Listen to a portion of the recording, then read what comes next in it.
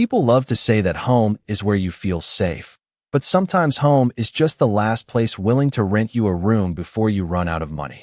That thought echoed through my head as I stood on the cracked front porch of an aging two-story house on the edge of Ashford, Ohio, clutching a duffel bag in one hand and a cardboard box in the other. The listing had promised an affordable room, utilities included, and a quiet neighborhood. It never mentioned the landlord. The front door opened before I could knock. A tall man with broad shoulders and dark brown hair studied me with cold gray eyes that seemed to measure every flaw I possessed. His name was Ryan Carter, 40 years old, former firefighter, quiet, reliable. According to the woman who rented me the room online, he kept to himself and expected the same from everyone else. He didn't offer a smile. "You're late," he said. I checked my phone. It was exactly 3 o'clock. "Actually, I'm right on time." "Close enough." He stepped aside without another word. The house smelled faintly of fresh coffee and cedar cleaner, surprisingly warm compared to the chilly October afternoon outside. Hardwood floors stretched through the narrow hallway, lined with family photographs that looked years old. Every frame had been dusted with military precision. Ryan noticed me looking. "Don't touch anything downstairs unless it's yours." "Got it." I followed him upstairs where he stopped outside a modest bedroom with pale blue walls and a single window overlooking the backyard. Bathrooms across the hall. Kitchen closes at 10. No parties. No overnight guests. Clean up after yourself. His voice sounded less like conversation and more like rules carved into stone. I nodded. "I can do that." He handed me a key. "Rent's due on the 1st. I reached into my folder and passed him the signed lease along with the first month's payment. His eyes scanned the paperwork before suddenly freezing. The silence that followed felt heavier than anything he'd said so far. His gaze settled on one line near the emergency contact section. Relationship status. Male partner. My stomach tightened. I had forgotten to update the form after Noah, and I broke up 6 months earlier. Ryan slowly lifted his eyes to mine. "You're gay?" There wasn't curiosity in his voice, only disappointment. I swallowed. "Yeah." His jaw hardened. "I don't rent to people like you." My heartbeat stumbled. "The lease is already signed." That was before I knew. "You accepted my application." People leave things out. I took a careful breath, refusing to match his anger. I didn't lie. His fingers tightened around the papers before he exhaled sharply through his nose. For several long seconds, he simply stared at me. Then he looked back at the signature already sitting at the bottom of every page. Finally, he tossed the key onto the bed. "The contract's legal. I keep my word." Relief barely had time to settle before he added, "But hear me clearly.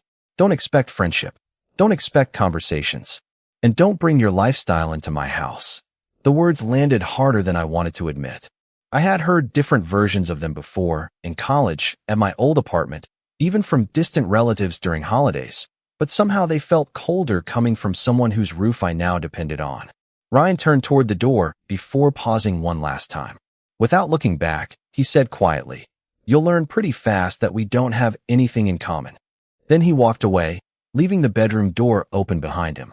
I stood there surrounded by unopened boxes, staring at the key lying on the comforter, wondering how a place that looked so ordinary could already feel like the loneliest home I had ever entered. The first week settled into a routine that felt less like sharing a house and more like occupying opposite sides of an invisible border. Ryan left for work before sunrise every morning, his boots striking the hardwood floor with the same steady rhythm. And by the time I came downstairs for coffee, his mug was already washed, dried, and back in the cabinet as though no one had ever used it. Every object in the kitchen had a place, every chair was perfectly aligned, and every window was locked before sunset. It was impossible not to notice the discipline that shaped every corner of the house. I worked remotely as a graphic designer, spending most of my day in the small bedroom with my laptop balanced on a folding desk beside the window. Around noon, I usually stretched my legs by walking to the neighborhood grocery store a few blocks away. The cashier smiled every time I came in, the elderly couple next door waved from their porch, and little by little the neighborhood began to feel welcoming, even if the house itself did not. Ryan barely spoke unless it was necessary. If I said good morning, he answered with a brief nod. If I asked whether he needed anything from the store, he simply replied, "No." The silence should have bothered me, but strangely it became predictable, and predictable felt safer than open hostility. One rainy Thursday evening, I returned home carrying 2 paper grocery bags just as Ryan pulled his pickup into the driveway. The wind caught my umbrella, turning it inside out before I could reach the porch. One of the bags slipped from my arms, sending apples rolling across the wet concrete. I sighed and knelt to gather them before they disappeared into the flower beds. Without saying a word, Ryan walked over, picked up the last 2 apples, and placed them back into the torn bag. For a brief second our eyes met. I expected another cold warning or irritated remark. Instead, he simply handed me the bag and walked inside. "Thank you," I called after him. He did not answer. Still, it was the first thing he had done for me that was not required by a contract, and somehow that tiny gesture stayed with me longer than it probably should have. Later that night, while making pasta in the kitchen, I noticed a framed photograph sitting alone on the far bookshelf. It showed a much younger Ryan standing beside an older man in a firefighter uniform, both smiling with an ease I had never seen on his face. Before I could look closer, Ryan entered the room carrying a glass of water. His expression changed the instant he realized where I was looking. "Stay away from my personal things," he said quietly. There was no yelling, only a firmness that made me step back immediately. "I am sorry. I was not touching it." He stared at the photograph for a long moment before picking it up and carrying it into another room. The shelf looked strangely empty after he left. As I washed my dishes that evening, I realized something important. Ryan's anger did not flare without reason. Every sharp word seemed connected to something he refused to talk about, some invisible weight he carried from room to room. I still had no idea why he disliked people like me so intensely, but for the first time I began to wonder if hatred was only the surface of a much older story that neither of us was ready to uncover. The weather shifted with the arrival of November, bringing cold mornings that covered the backyard with a thin layer of frost. I had been living in Ryan's house for almost 3 weeks, long enough to memorize the sound of the old furnace turning on before dawn and the quiet creak of the staircase outside my bedroom. We still spoke only when necessary, but the sharp tension from my first day had settled into something calmer, like 2 strangers silently agreeing not to step across invisible boundaries. Every evening Ryan returned home within 10 minutes of the same time. He parked his truck in exactly the same spot, hung his jacket on the same hook beside the front door, and disappeared into the kitchen to make a simple dinner before retreating to the living room with a book instead of television. His routine never changed until one Tuesday. I noticed the truck pulling into the driveway almost an hour earlier than usual. The engine shut off, but Ryan remained inside for nearly 5 minutes before finally stepping out. Even from the upstairs window, I could tell something was wrong. His shoulders were slumped, and he moved far more slowly than I had ever seen. I hesitated before returning to my computer, reminding myself that he had made it perfectly clear he wanted distance. A few minutes later, I walked downstairs for a glass of water and found him sitting at the kitchen table with one hand pressed against his forehead. His face had lost its usual color, and untouched groceries rested beside the door. He looked exhausted. "Are you all right?" I asked carefully. "I am fine," he answered without looking up. The words sounded automatic, almost rehearsed. As I filled my glass, I noticed him cough quietly before reaching for a bottle of pain relievers. His hand trembled just enough for me to notice. "You do not look fine. Long day."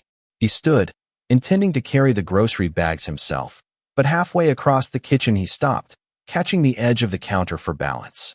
It lasted only a second before he straightened again, yet it was enough to erase any hesitation I still had. "Sit down," I said. "I can put these away." His expression hardened. "I do not need help." "Maybe not, but I am already here."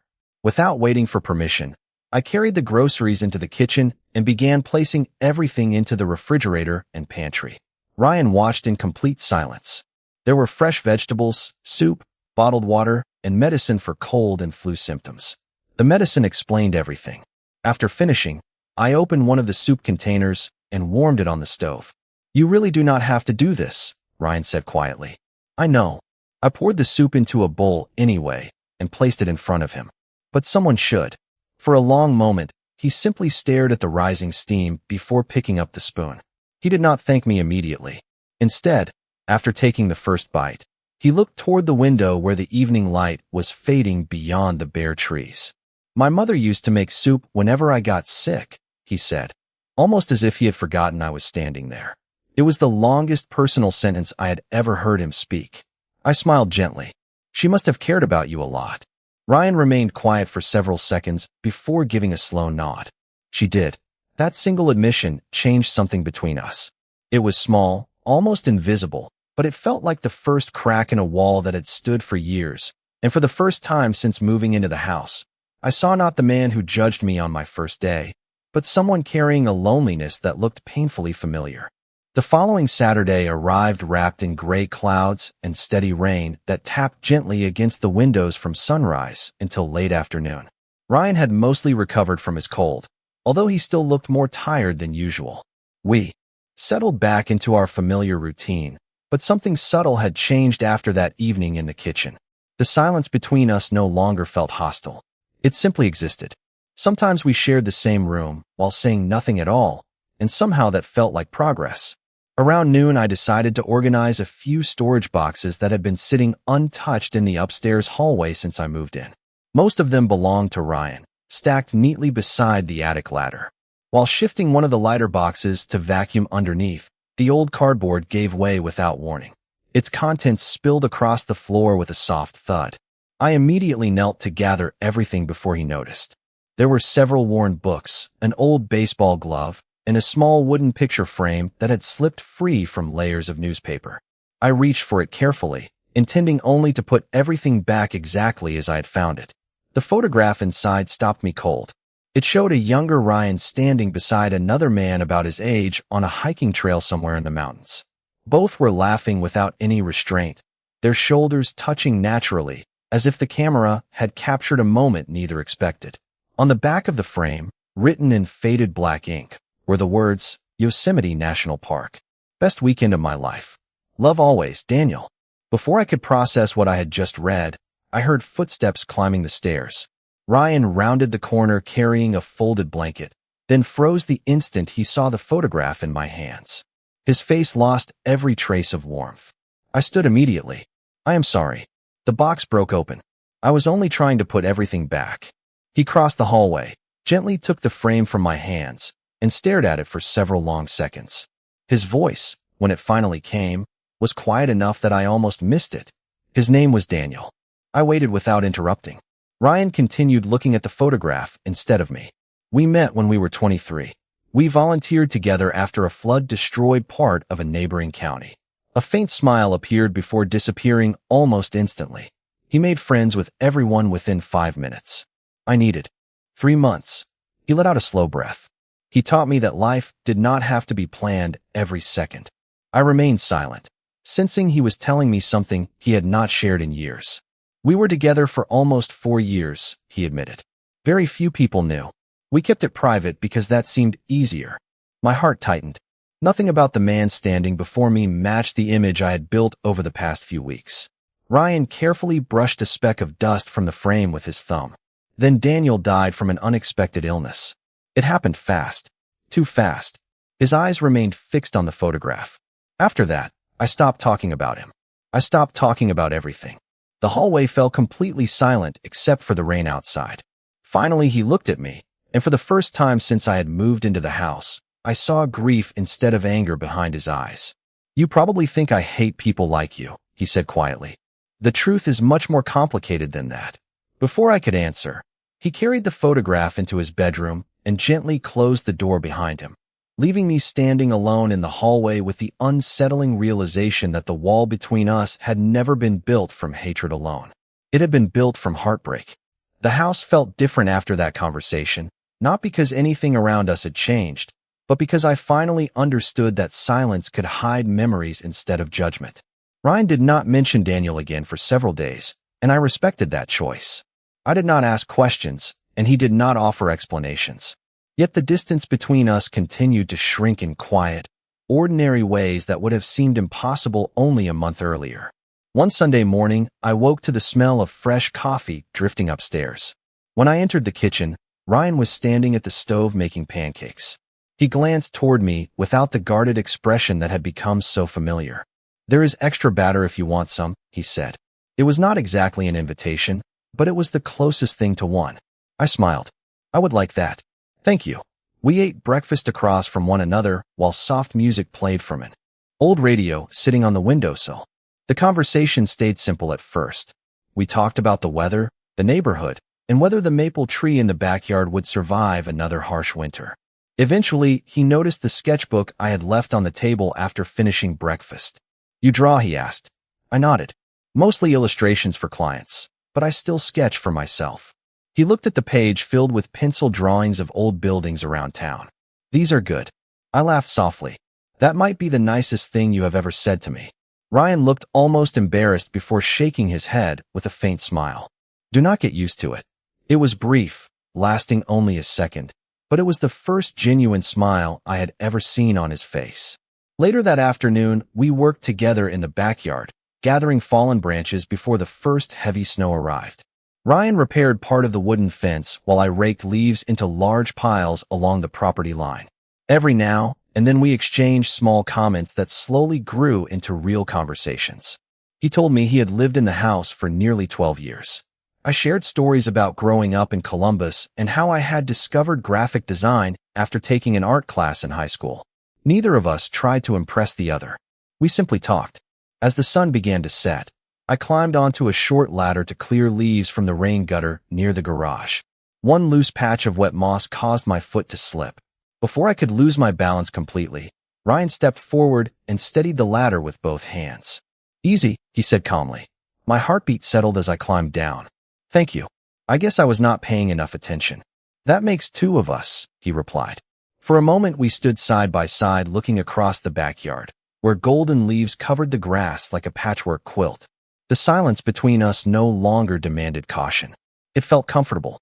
Ryan folded his arms and quietly said, Daniel used to climb ladders without thinking too. I was always the one telling him to slow down. He let out a soft breath that carried more fondness than pain this time. He never listened. I smiled. Sounds like he kept life interesting. Ryan looked toward the fading sunset and nodded. He did. It was the first time he had spoken Daniel's name without the weight of regret pulling every word downward. Standing there in the cool evening air, I realized healing rarely arrived through dramatic moments. Sometimes it began with shared breakfasts, ordinary conversations, and the quiet decision to let another person remain close instead of pushing them away. By the middle of November, the neighborhood had quietly accepted me as part of the little house on Maple Street. Mrs. Henderson from next door no longer introduced me as Ryan's tenant. Instead, she simply waved whenever we passed and called out, Good morning, boys. It always made me smile. Ryan pretended not to notice, but I caught the corner of his mouth lifting more than once. That Saturday, the community hosted its annual fall food drive at the local church. Volunteers collected canned goods, winter coats, and blankets for families preparing for the colder months. Ryan surprised me by asking if I wanted to come along. You do not have to, he said while loading boxes into the back of his truck. I know. I picked up another box and set it beside his. But I would like to.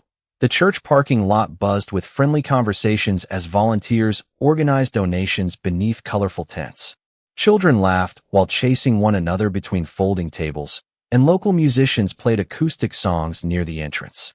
It felt like the kind of small-town gathering where everyone somehow knew everyone else. Ryan greeted several former coworkers, most of them retired firefighters who welcomed him with handshakes and easy smiles. For a while, everything felt normal. Then a man about Ryan's age approached us carrying a cup of coffee. His name tag read Mark. He looked at me before turning toward Ryan with a curious grin. So this is your renter? Ryan nodded. This is Ethan. I offered my hand. Nice to meet you. Mark shook it politely enough before asking, Your wife staying home today? I smiled awkwardly. I do not have a wife. Girlfriend then. Before I could answer, Ryan quietly said, He is gay. The conversation froze. Mark blinked in surprise before letting out a short, uncomfortable laugh. Really? I never would have guessed. He looked back at me. No offense, but you do not seem like, you know. I had heard versions of that sentence more times than I could count. Normally, I would smile politely and change the subject, but before I could respond, Ryan spoke again. His voice remained calm, yet every word carried quiet certainty. He seems exactly like himself. Mark shifted uncomfortably. I did not mean anything by it. Ryan met his eyes without raising his voice. Then choose better words next time. The silence that followed lasted only a few seconds, but it felt much longer. Mark cleared his throat, muttered an apology, and wandered toward another volunteer group. I stood there completely speechless. Only weeks earlier Ryan had told me not to bring my life into his house. Now he had stepped in before I even had the chance to defend myself. We spent the next hour unloading donations without mentioning what had happened. Finally, while carrying a stack of blankets toward the church entrance, I quietly said, "You did not have to say anything back there." Ryan kept walking beside me. "Yes," he replied after a thoughtful pause. "I did." I looked at him in surprise. He continued staring ahead. For a long time I stayed silent when people said careless things. I convinced myself it was easier. His expression softened with quiet regret. It never made anything better. We placed the blankets on an empty table before stepping back outside into the crisp afternoon air. As families continued arriving with donations, I found myself studying Ryan from the corner of my eye. The man who had once built walls around every part of his life had just defended mine without hesitation. I was not sure he realized it yet, but something inside him had already begun to change, and somehow that realization seemed to surprise him just as much as it surprised me. Winter arrived early that year.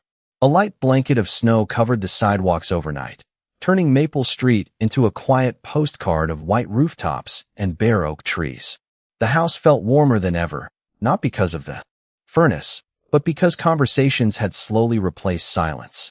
Some evenings Ryan and I played cards after dinner. Other nights we simply sat in the living room with books while a fire crackled softly in the fireplace. We had stopped pretending we were strangers. One Friday evening the power flickered for a few seconds before settling again.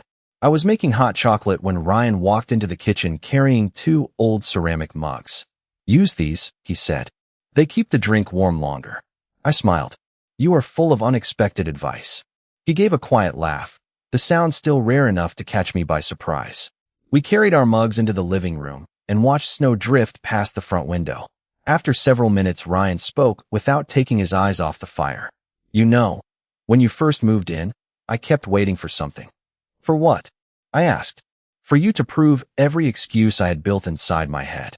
I remained silent, letting him continue at his own pace. He slowly wrapped both hands around the mug before speaking again. "After Daniel died, I convinced myself that loving another man had only brought pain. It became easier to blame that part of my life than to face what I had lost." His voice remained steady, but every word sounded carefully chosen. When people made jokes or said cruel things, I stopped correcting them. Eventually, I started repeating some of those ideas myself. It felt safer than admitting how much I missed him. I looked at him across the room, finally understanding the difference between prejudice and fear. Ryan had not been running from other people. He had been running from his own memories. He turned toward me for the first time that evening. "Then you moved into this house." A faint smile crossed his face. "You were polite even after I treated you unfairly. You respected my space. You made soup when I was sick. You never asked for anything in return." He let out a slow breath. "I do not understand it." "There is nothing to understand," I answered gently. "Kindness is not something people earn. It is something we choose." Ryan lowered his eyes. "I spent years believing I hated people like you." He shook his head almost immediately. "That is not true anymore. Maybe it never really was." The room fell quiet again except for the soft sound of burning firewood. My heart felt strangely light, as though a weight neither of us had noticed was finally disappearing. Ryan looked at me with an openness I had never seen before. "You changed the way I see myself," he admitted quietly. "Not because you tried to convince me, just because you were yourself." I felt my chest tighten with emotion. Without thinking, I reached across the space between our chairs and gently rested my hand over his for a brief moment. He did not pull away. Instead, he looked down at our hands and then back into my eyes. The distance between us suddenly seemed much smaller than it had only weeks before. For one suspended heartbeat, it felt as though the entire world had disappeared beyond the living room walls. Neither of us spoke. Then Ryan slowly stood, taking one uncertain step backward. He ran a hand through his hair, looking overwhelmed by thoughts he had clearly not expected to face. "I need some air," he said softly. Before I could answer, he slipped on his coat, opened the front door, and disappeared into the quiet snowfall, leaving me alone beside the fading fire. wondering whether he was running away from me or finally running toward the truth he had spent years trying to escape. Ryan barely spoke the next morning. He left before sunrise, and by the time I came downstairs, the coffee pot was still warm, but his truck was already gone. I told myself he simply needed time, yet every quiet room in the house reminded me of the uncertainty hanging between us. The warmth we had built over the past several weeks suddenly felt fragile, as though one wrong word could undo everything.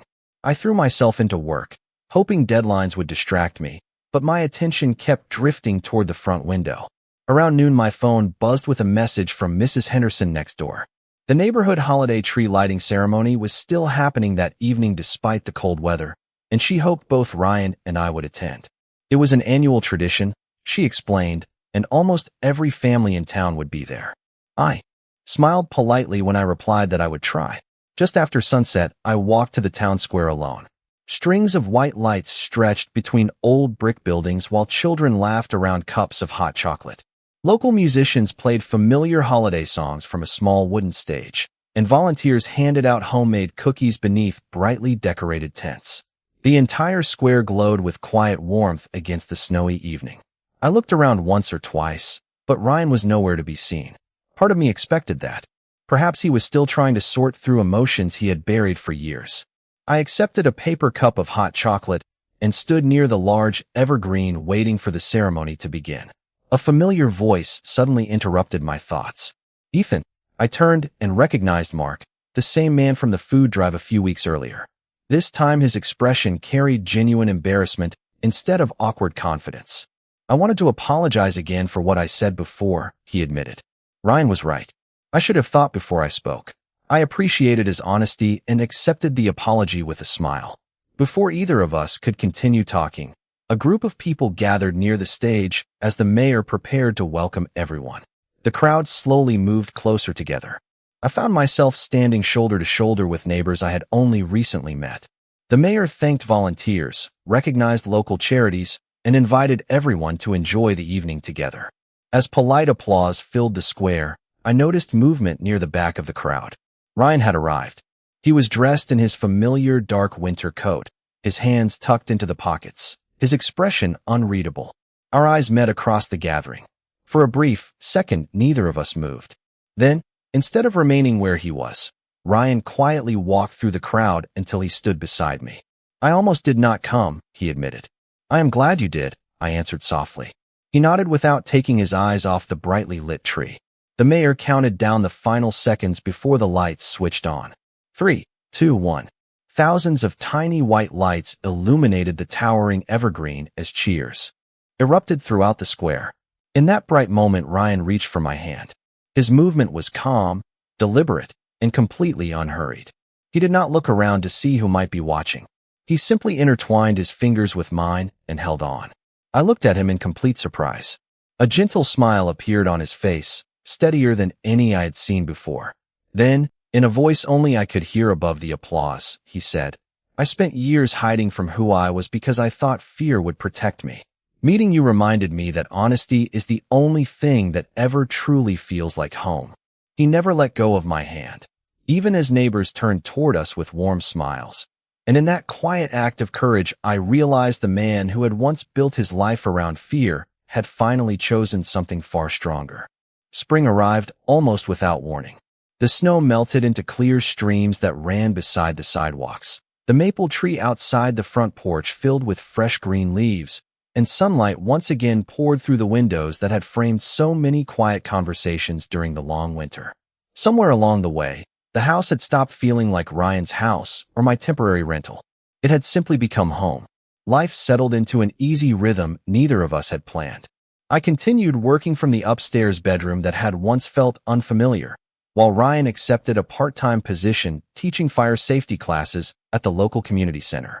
He seemed lighter now, laughing more often and carrying himself with a calm confidence that had nothing to prove. Sometimes I caught him humming while making breakfast, and every time it happened I thought about the man who had barely spoken during my first week under his roof.